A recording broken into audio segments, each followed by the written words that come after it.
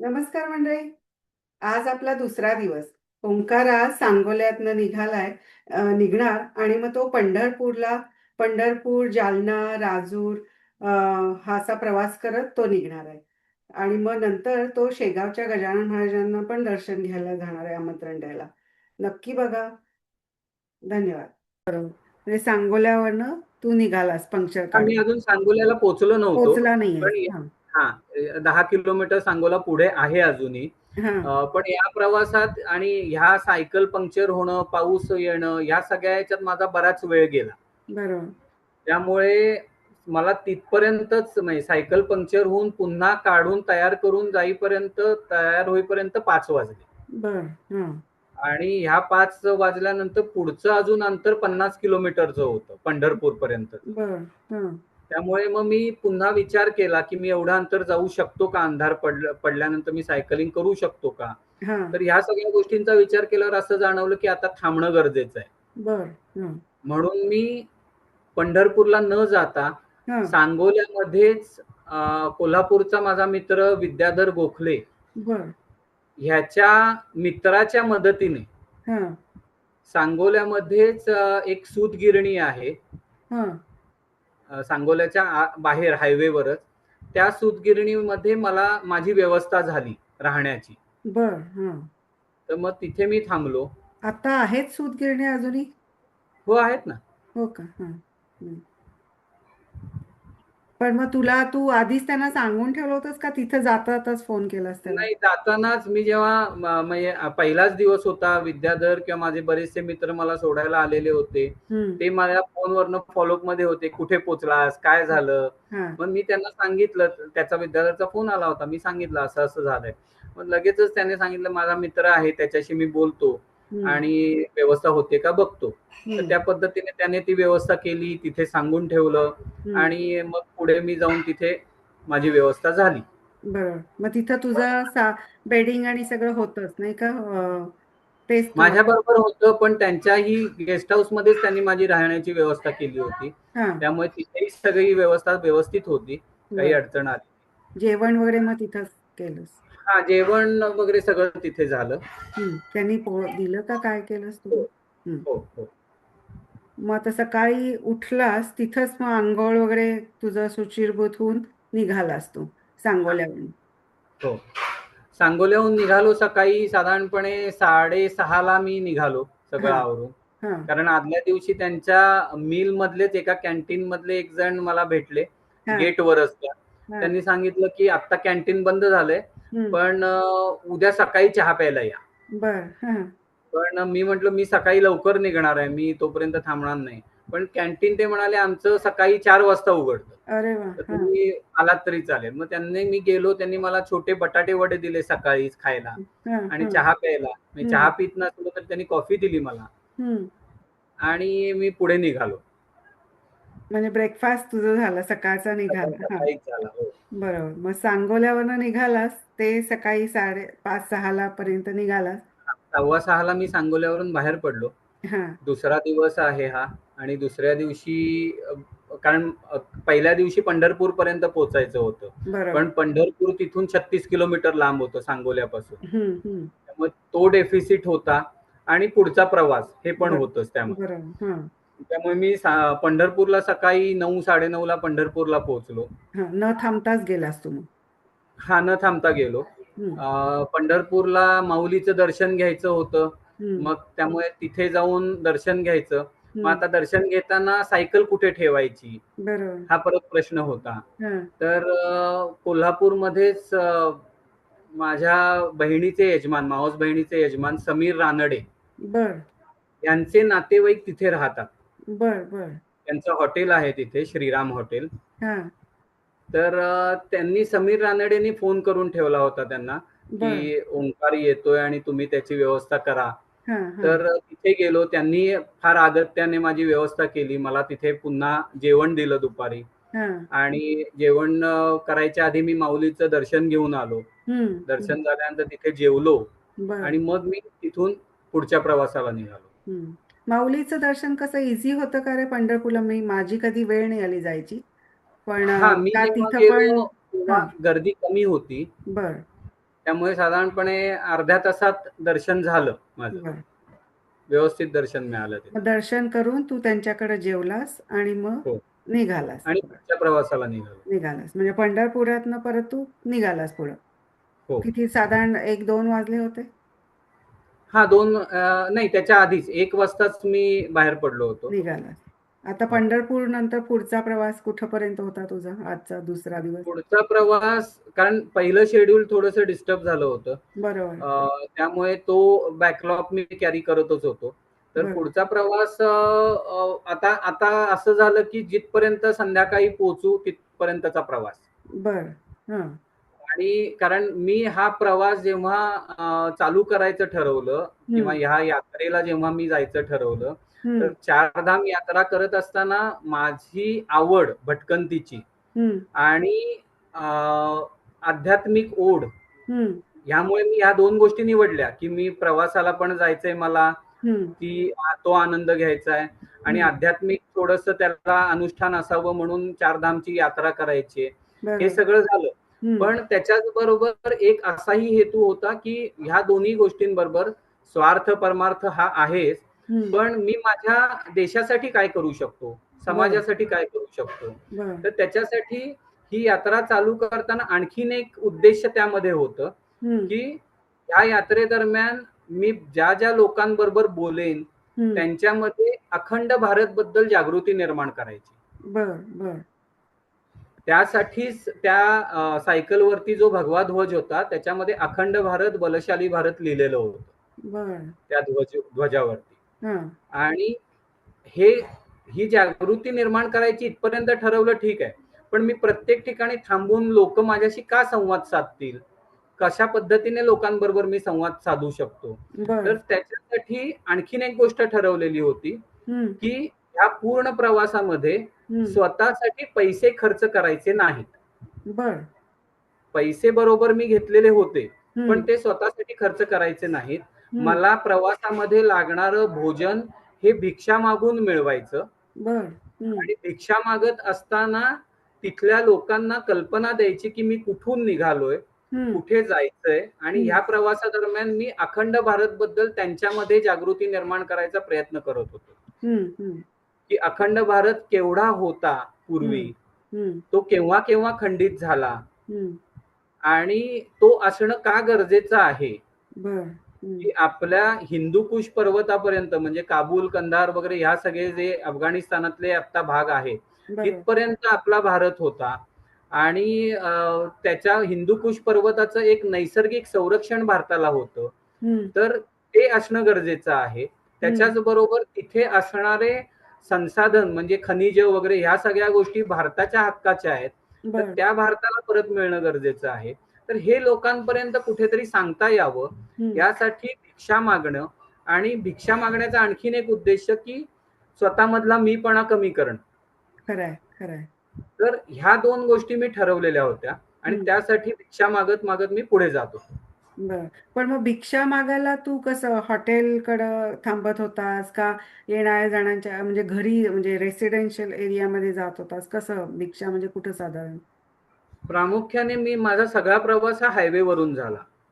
त्यामुळे हायवेवरती जे काही आहे, हं. मग मंदिर असेल, एखादा आश्रम असेल, हं. कुणाचं घर असेल हं. किंवा ढाबे आहेत हायवेवरती हं. बरेचसे. हं. तर ह्या ढाब्यांवरती जाऊन तिथे अन्नाची भिक्षा मागणे, भोजनाची भिक्षा मागणे, हं. त्यांना आधी सांगणे, मी कुठून कुठे चाललोय वगैरे ह्या सगळ्या गोष्टी, अखंड भारताबद्दल त्यांच्यामध्ये थोडीशी माहिती देणे हं. आणि हे करून मी, कारण गावामध्ये जायचं म्हणजे तेवढं सायकलिंगचा प्रवास परत वाढवायचा, हं. तेवढे कष्ट हं. वाढवायचे आणि पुन्हा हायवेवरती यायचं. बरोबर. हो. हे शक्य होत नव्हतं. पण कधी असा वाईट अनुभव आला का रे भिक्षा मागताना तुला, की म्हणजे आय नो तुझी चांगले इंटेन्शन होते, पण तरी लोकं त्या अर्थाने घेतातच असं नाही, की लोकं म्हणतात, "तू चांगला धड-धाकट आहेस, की का भिक्षा का मागतोयस? काम कर." आपण साहजिक आहे, ही माणसं बोलतो आपण. पण जरी तुझं इंटेन्शन स्वच्छ असेल, तरीसुद्धा तुला हे एक्सप्लेन करताना त्रास झाला का? किंवा त्यांचे काय प्रतिक्रिया होते, की तुला काय साधारण म्हणजे वाईट अनुभव तुझे काय आले का त्याच्यामध्ये काही? वाईट अनुभव मी म्हणणार नाही या गोष्टींना, कारण अ, जेव्हा मी परिक्रमेला गेलो होतो, हं. तेव्हा तिथल्या लोकांना हे माहिती असतं, की पांढरा वेश परिधान केलेला, हातामध्ये दंड असलेला आणि कमंडलू असलेला व्यक्ती म्हणजे परिक्रमावासी आहे आणि बरोबर. त्याला भोजन भिक्षा हवी आहे. बरोबर. त्यामुळे तिथे मला काही सांगावं लागत नव्हतं. मी एखाद्याच्या दारामध्ये उभं राहिलो तरी त्यांना ते माहिती असायचं आणि मला भिक्षा मिळायची. बरोबर. हं. पण इथे हायवेवरती प्रवास करत असताना हे पूर्णपणे नवीन होतं, की खरं. एखादी व्यक्ती सायकलिंग करते, सायकलच्या प्रवास करते हं. आणि ते करत असताना ती भिक्षा मागते. हं, कारण हं. बरेचसे सायकलिस्ट त्यांनी बघितले होते. मला त्यांच्या बोलण्यामधून हे नंतर कळलं, की हां. ह्या हायवेने सायकलिस्ट जात असतात, हां. ग्रुपने जात असतात. हां. कधी क्वचित एखादाही सोलो पण करत असतो. हं, हं. पण ते कधी भिक्षा नाही मागत. बरोबर. त्यांच्याकडे त्यांचे पैसे असतात, ते योग्य ठिकाणी थांबतात, जेवण घेतात आणि ते पुढे जातात. हो, हो. पण मी माझ्याकडे पैसे असून सुद्धा मी हं. हे भिक्षा मागत होतो. मी ही सगळी कल्पना त्यांना देत होतो, की मी का चाललोय, कशासाठी काय कारण आहे या सगळ्या गोष्टीचं हं, हं. आणि त्यामुळे आणि बरं ही सगळी फक्त जेवणाची भिक्षा मागायची होती. मला हं. कुठलाही पैसे नको होते, कुठलीही वस्तू नको होती. हं. त्यामुळे भोजन भिक्षा द्यायला कोणी नाही म्हटलं नाही. काही वेळेला एखाद्या वेळेला असा त्यांचा आविर्भाव सुद्धा होता, मनातला भाव, की ठीक आहे, तो काय करतोय, एवढा धडधाकट आहे, सगळं ठीक आहे. पण जेवणाची भिक्षा किंवा जेवण दिलं म्हणून काय बिघडतंय? हं, तर हं. देऊया जेवण. अशा याने सुद्धा काही लोकं देत होते. काही स्वतःहून भारावून जाऊन देत होते, की एवढा एखादा व्यक्ती अखंड भारतबद्दल किंवा हिंदुत्वाबद्दल भगवा ध्वज त्याने लावलेला आहे. तर हं. तो त्यामध्ये एक जागृती निर्माण करतोय. हं. असे भारावून जाऊन सुद्धा काही लोकांनी मला भोजन भिक्षा दिली. हं. काहींनी एक द्यायचंय ना, ठीक आहे, जेवणच मागतोय ना, तर हं. देऊया जेवण. अशा याने दिली.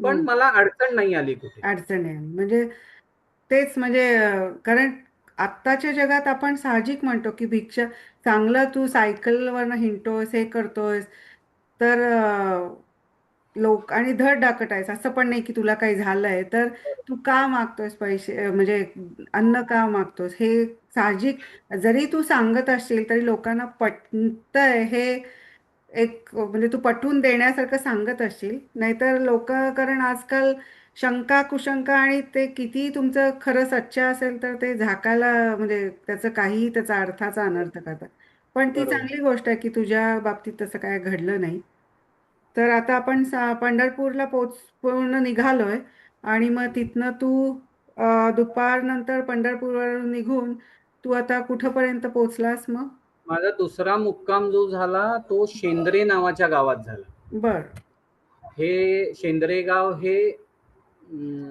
बार्शी जवळ येतं. बर बार्शी जवळ शेंद्रे गाव आहे आणि तिथे मी पोहोचलो. कारण संध्याकाळ होता होता अंधार पडेपर्यंत मी तिथे पोहोचू शकलो. हम्म तिथून तिथे एक गावात पोहोचल्यानंतर एक हनुमान मंदिर आहे. बर त्या हनुमान मंदिरामध्ये माझी राहायची व्यवस्था झाली. बर मी गावात जाऊन चौकशी केली. मला हं कुठे राहता येईल किंवा मला जेवण कुठे मिळेल. हं तर ती माझी व्यवस्था तिथे झाली हनुमान मंदिरामध्ये. हं छान गावाच्या बरोबर मध्यभागी ते मंदिर होतं. हं त्याच्या सभोवतालीने काही झाडी होती. हं बर समोर छान एक म्हणजे बसायला मुलांना, वयस्कर लोकांना बसायला छान जागा होती. हं आणि त्याच्याच समोर एक पाण्याचा हौद होता. हं तर ह्या सगळ्या गोष्टी तिथे होत्या. हं मी तिथे थांबलो. थांबल्यानंतर पुन्हा काही लोक मंदिरामध्ये आले. त्यांनी माझी विचारपूस केली.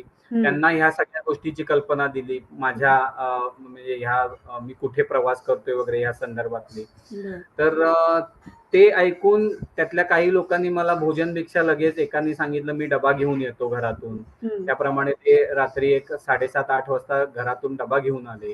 हं आणि गप्पा मारत आम्ही जेवलो. हं सकाळी उठून मग सूर्यनमस्कार तिथंच झोपलास मारुती मंदिरातच हां, झोपला मंदिरातच झोपलो. हं त्यांनी दरवाजा लावून घेतला. मी आतमध्ये छान व्यवस्थित सुरक्षितपणे झोपलो. हं आणि सकाळी उठून रोजचा व्यायाम वगैरे करून, साधना करून तिथेच पाण्याचा हौद होता. त्यामुळे मला कुठे शोधायला लागलं नाही. बर छान पाण्यात तिथेच नळाखाली अंघोळ झाली माझी. हं आणि सकाळी साधारणपणे 6:30ला मी तिथून बाहेर पडलो. हं पुढचा प्रवास हा बीड होतं पुढे. बर मोठं शहर. तर तिकडे जायचं होतं. हम्म. तर तो प्रवास चालू झाला. प्रवासामध्ये आजच्या प्रवासामध्ये एक मोठा घाट लागणार होता. हम्म. एक घाट चढायचा होता आणि एक घाट उतरायचा होता. बर. तर ते सगळं करत साधारणपणे तो घाट चढून त्याच्यानंतर चढण मोठी होती. वेळ लागला थोडा. हम्म. त्याच्यानंतर मधला काही रस्ता खराब होता. हायवेला पुन्हा लागेपर्यंत हम्म. मधला रस्ता खराब होता. त्यामुळे सायकलिंग करत थोडे कष्टही जास्त झाले आणि हम्म. वेळ पण लागला. बरं. मग पुन्हा मी हायवेला लागलो. बीड सोलापूर हायवेला लागलो. हम्म. हम्म. तिथे लागल्यानंतर मांजरसुंभा नावाचा घाट लागतो. बर. तो घाट उतरायचा होता. हा. तर तो घाट उतरून त्या घाटाच्या पायथ्याशीच एक पाझर तलाव आहे. हम्म. सुंदर त्यांनी तो डेव्हलप केलाय. बर. तिथे वेगवेगळ्या प्रकारचे पक्षी येतात. लोक हा. तिथे बघण्यासाठी येतात. हा. तर तिथे थोडा वेळ थांबलो. हम्म. आणि संध्याकाळी परत आता असं झालं की आता बीड जवळ आलं हम्म. किंवा तो मांजरसुंबा घाट उतरायच्या आधी एका हॉटेलमध्ये मी गेलो ढाब्यावरती. बर. तिथे जेवणाची भिक्षा मागितली. हे त्यांनी दुपारचं. मला दुपारचं जेवण. हम्म. त्यांनी मला त्यांनी विचारपूस केली. मोबाईल चार्जिंगला लावायचा होता. मोबाईल चार्ज केला तिथे हम्म. थोडा वेळ हम्म. थांबलो तेव्हा. त्यांनी मला जेवण दिलं. हम्म. त्यांना मी सांगितलं होतं की पैसे पण त्यांनी भिक्षाच द्यायची होती त्यामुळे पैसे नाही घेतले. हम्म. आणि मी काय करत होतो माझ्याकडे जे काही पैसे मी नेलेले होते हम्म. ते सुट्टे जे काही माझ्याकडे असतील ₹10 असतील, ₹50 हम्म. असतील, हम्म. ₹20 असतील हम्म. ते मी मंदिरात थांबलो तर मंदिराच्या दानपेटीमध्ये टाकत होतो. बर. हम्म. ढाब्यावरती थांबलो तर ढाब्यावरती गोसेवेसाठी वगैरे काही गोपात्र ठेवलेले असतात. बर. हम्म. तर त्याच्यामध्ये माझ्याकडचे पैसे टाकत होतो. बर. तर बर. अशा पद्धतीने ते चालू होतं. हा. मग दुपारी जेवण झालं. तिथून पुढे मी मांजरसुंबा घाट उतरला. हम्म. अ, बीड जवळ पोहोचलो. हम्म. बीडला माझा एक मित्र राहतो नवनाथ मिसाळ. बर. हम्म. त्यांना फोन केला की मी हम्म. असं-असं प्रवासाला निघालोय. मग हम्म. ते ऐकल्यावर ते मुद्दामून मला हायवेला भेटायला आला तो. बर. त्याचा आग्रह होता की आज माझ्याकडे राहा. पण हम्म. परत गावात जाऊन ते राहणं शक्य नव्हतं. हम्म. तर तो मला भेटायला आला. हम्म. मी त्या दिवशीच त्याने मला सुचवलं की बीडपासून पुढे साधारणपणे एक 8 ते 10 किलोमीटर अंतरावरती पेंडगाव नावाचं गाव आहे. बर. त्या पेंडगाव गावात हनुमान मंदिर आहे हायवेला लागूनच. बर. आणि त्या पंचक्रोशीतलं किंवा बीड जिल्ह्यातलं फार प्रतिष्ठित आणि मानाचं हनुमान मंदिर आहे ते. बर. हा. तर तिथे राहण्याची व्यवस्था होईल असं त्याने मला सांगितलं. बर. मग मी बर. तिथे गेलो. हम्म. तिथे तिथल्या जे गुरुजी होते त्यांना विनंती केली. त्यांना हम्म. पुन्हा सगळी माझं हम्म. प्रवास वर्णन किंवा माझं उद्देश सांगितला. हम्म. हम्म. त्यांनी माझ्याकडनं आधार कार्ड वगैरे घेतलं. हम्म. माझी माहिती घेतली हम्म. आणि माझी राहण्याची व्यवस्था केली. बर. रात्री आधार कार्ड जेवणा कशासाठी घेतलं त्यांनी? त्यांच्या सुरक्षिततेसाठी की कोणी येऊन राहिलंय किंवा त्यांच्याकडे नोंद पाहिजे आपल्याकडे कोण बरोबर. राहिलं वगैरे. तर चांगली हे गोष्ट आहे. सगळं हम्म. त्यांनी आधार कार्ड रात्री ठेवून घेतलं माझ्याकडचं बर. हा. की रात्री अचानक कुठे कोण गेला निघून काय झालं तर ते ठेवून घेतलं. हम्म. आणि दुसऱ्या दिवशी सकाळी पहाटे जेव्हा मी जायला निघालो तेव्हा त्यांनी मला परत दिलं. बर. बर. हम्म. रात्री माझा मित्र नवनाथ मिसाळ तो आला होता मला भेटायला. हम्म. हम्म. त्यानेच मला एका हॉटेलमध्ये तिथे हायवेवरती जेवायला नेलं. गप्पा हम्म. मारत आम्ही जेवण केलं. हम्म. आणि त्या दिवशी एकादशी होती. बर. तर गणपतीचा काळ होता हा. हम्म. घरातले गणपती गेल्यानंतर मी माझा प्रवास सुरू केला होता. घरातल्या गणपतीचं विसर्जन झाल्यावर. बर. हम्म. अनंत चतुर्दशी अजून झालेली नव्हती. हा. तर बीडला जेव्हा मी पेंडगावमध्ये थांबलो त्या दिवशी एकादशी होती. बर. हा. रात्री जेवून आलो. त्याने मला साधारणपणे 10 वाजता मी पुन्हा झोपायला आलो. हम्म. तर त्या मंदिरामध्ये छान भजन कीर्तन चालू होतं. वा. हम्म. अगदी गावातले सगळे भाविक लोक जवळपास एक 5-25 भाविक तिथे आले होते. हम्म. हम्म. छान टाळ मृदुंग वाजवणं चालू होतं. हम्म. आणि भजन बराच वेळ रात्री 1 वाजेपर्यंत भजन चालू होतं. हम्म. मी त्यांच्यामध्ये समाविष्ट झालो. मी थोडंसं भजन म्हणजे मोठमोठ्याने भजन, नृत्य हे सगळं त्यांचं चालू होतं. दंग झालेले होते त्या हम्म. भजनामध्ये. हम्म. मी तिथे भजन केलं आणि 1 वाजता भजन पूर्ण झाल्यावर झोपलो. हम्म. तिसऱ्या दिवशी पुन्हा सकाळी उठून माझं अन्निक आवरून त्यांच्याकडून आधार कार्ड घेतलं हम्म. आणि पुढचा प्रवास सुरू केला. बर. तो नवनाथ मिसळ तू म्हणालास तू कोल्हापूरचा तो तिथं बीडचा तुझी कशी मैत्री झाली होती साधारण? आमची 2008 साली पहिल्यांदा आम्ही भेटलो होतो बरं. हां. आणि ती आमची पहिलीच भेट. त्यानंतर आम्ही इतके वर्षात भेटलेलो नाही. बरं. पण 2008 ते 2025 हां. आणि आम्ही भेटलो होतो माझ्या व्यावसायिक म्हणजे मी जिथे जॉबला होतो आयसीआयसीआय प्रुडेन्शियल मध्ये हं. तिथे त्याची आणि माझी भेट झाली होती. कोल्हापूरमध्ये. नाही पुण्यामध्ये भेट झाली होती आमची. बरं. हां. आम्ही एका ट्रेनिंगला एकत्र आलो होतो बरं. आणि आमचे 1-2 दिवस आम्ही एकत्र होतो त्यावेळेला. ती आमची भेट आणि ते नंतर आमचं फोनवरनं संभाषण चालू होतं. प्रत्यक्षात भेट नाही बरं. आणि त्यामुळे संपर्क होता, हं. आपुलकी होती हं. आणि मग तेव्हा त्याला कळलं, की तो अगदी आपुलकीने हं. आलाच हं. भेटायला. म्हणजे मला असं म्हणायचंय, की स्वामी किंवा महाराज जे आपण आपले दैवत मानतो, ते बरोबर असे असे पेरलेले असतात. ते ते समोर येतात खरंय, व्यक्ती बरोबर, नाही का? कारण खरंय. किती वर्ष गॅप असून सुद्धा ती माणसं आपल्याला बरोबर. आठवतात, त्यांचे कनेक्शन होतात आणि म्हणजे हेच मला वाटतं, हे सगळे अनुभवच म्हणायचे मला वाटतं. हो, हो. नाही का? नक्कीच. हं. आता आपण पेणगावात पोहोचलो. मारुतीच्या मंदिरातनं तू निघालायस सकाळी उठून, बरोबर. नाही का? तिथं मग तुझं हो. ब्रेकफास्ट म्हणजे काय नाश्ता वगैरे सगळं झालं तुझं. नाही, आता तिसऱ्या दिवशी जेव्हा मी निघालो, सकाळी उठल्यावर काही नाश्ता करणे वगैरे काही प्रकार नाही. बरोबर. उठायचं, आवरायचं आणि निघायचं. हां. मग बरोबर. ह्या याच्यामध्ये मी अजूनही घरातनं निघून 2च दिवस झालेले होते. हं, हं. घरातले लाडू अजून माझ्याकडे शिल्लक होते. बरोबर. त्यामुळे सकाळी थोडा वेळ प्रवास झाला, की साधारणपणे 8-9च्या दरम्यान थांबून एक लाडू खायचा, थोडा हं, गूळ बरोबर होता, तो गुळाचा एखादा खडा खायचा, पाणी प्यायचं आणि पुढे निघायचं. हं, हं, असं चालू होतं. तर त्या दिवशी मी ह्याच्यातून निघालो पेंडगावमधून. हं. पेंडगावमधून मी आता मला जायचंय आज जालन्याकडे बरं. आणि तो प्रवास चालू झाला. तिथून मी जालन्याच्या आधी अंबड नावाचं एक गाव लागतं. बरं. तालुक्याचं ठिकाण आहे. ओके. तर त्या अंबड गावाच्या आधी एक शाळा लागते. शहापूर नावाचं गाव आहे.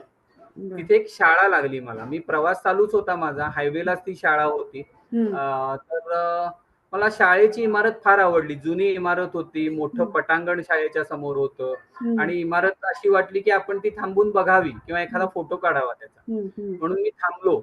फोटो काढला हं, आणि त्या पटांगणात प्रार्थना चालू होती. साधारणपणे 11ची वेळ होती ही. हं, हं, प्रार्थना चालू होती. तर मी फोटो काढत असताना तिथल्या शाळेतले गुरुजी, मुलं सगळीच बाहेर होती. तर त्यांनी बघितलं. तर त्या गुरुजींनी मला बोलवलं.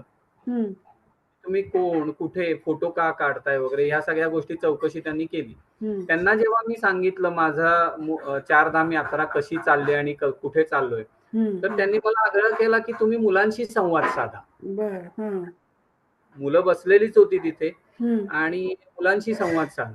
हं, मग मी ठीक आहे म्हणजे माझा उद्देश होताच आणि ती संधी मला मिळालीच, की हं. खरं तर अखंड भारताबद्दल जे आपण म्हणतो ते पुढच्या पिढीला माहिती असणं जास्त महत्वाचं होतं. बरोबर. खरं आहे. आपल्याला माहिती असणं गरजेचंच आहे, हो, पण हो. आपल्याला आतापर्यंत कुठेतरी ते ऐकायला मिळालंय. बरोबर. आत्ताच्या पिढीला ते ऐकायलाही मिळत नाहीये. कारण मध्ये खरं. 75 वर्ष गेलेत. खरं आहे, खरं आहे. पाकिस्तान वेगळा होऊन सुद्धा. हं, तर ह्या सगळ्या गोष्टी त्यांच्यापर्यंत पोहोचवता येतील या हेतूने मी त्यांच्याशी संवाद साधला. हं, मुलांना विचारलं, की अखंड भारत तुम्हाला कल्पना आहे का? तर हं. त्यांच्या दुर्दैवाने त्यांना भारत खंडित झालाय हेच माहिती नव्हतं. माहीत नाही. बरोबर. नमस्कार. मी ओंकार गाडगे 1 सप्टेंबरला कोल्हापूरहून निघालोय. आज 1 सप्टेंबरपासून आज 4 सप्टेंबर आहे. 4 दिवस झाले. 4 दिवसामध्ये 500 किलोमीटरचा प्रवास झालेला आहे आत्तापर्यंत. आणि ह्या प्रवासाचं कारण मी आता चाललोय ते कोल्हापूर ते केदारनाथ. केदारनाथ कुठे आहे माहिती आहे का तुम्हाला? आपण महाराष्ट्रात राहतो. महाराष्ट्र हे राज्य आहे. त्याच्यानंतर मध्य प्रदेश दुसरं राज्य, तिसरं राज्य उत्तर प्रदेश आणि चौथं राज्य उत्तराखंड. उत्तराखंड हे जे राज्य आहे त्या याच्यामध्ये केदारनाथ, बद्रीनाथ, गंगोत्री आणि यमुनोत्री असे 4 धाम आहेत. हे 4 धाम हिमालयाच्या पायथ्याशीच येतात. हिमालयामध्ये येतं हे 4 धाम करणं पुण्याचं मानलं जातं. देवाचं स्मरण करत आपण हे 4 धाम करायचं असतात. आणि त्याच्याचबरोबर माझ्याकडे सायकलवरती एक भगवा झेंडा लावलाय, भगवा ध्वज आहे. त्या ध्वजावरती लिहिलंय अखंड भारत आणि बलशाली भारत, या दोन गोष्टी लिहिल्या आहेत. अखंड भारत म्हटल्यावर तुम्हाला काय लक्षात येईल सर? मी तुम्हाला विचारेन की अखंड भारत या गोष्टीचा तुम्हाला काय बोध होईल?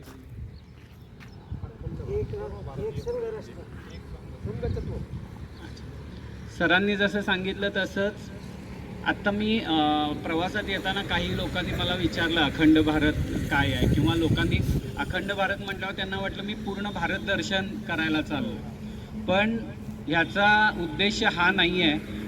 अखंड भारत या शब्दाचा बोध असा आहे की आपला भारत हा आत्ता आपण जेवढा बघतोय तेवढा नसून त्याच्यापेक्षा बराच मोठा होता. अफगाणिस्तानापर्यंतचा भाग आपल्या भारतामध्ये होता, पाकिस्तान भारतामध्ये होता, हे भारतापासून बांगलादेश भारतामध्ये होता. हे भारतापासून वेगळे झालेले देश आहेत, ते पुन्हा भारतामध्ये यावेत आणि ते येण्यासाठी आपण स्वतःला बलशाली केलं पाहिजे, भारताला बलशाली केलं पाहिजे. आणि हे तुमच्यासारख्या युवा पिढीकडूनच शक्य आहे.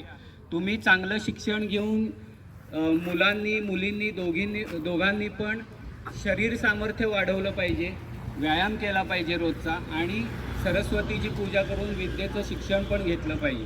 हे जर केलं तर आपला भारत अखंड होण्यासाठी, बलशाली होण्यासाठी, आणि बलशाली भारत अखंड होण्यासाठी कोणी थांबवू शकत नाही. धन्यवाद.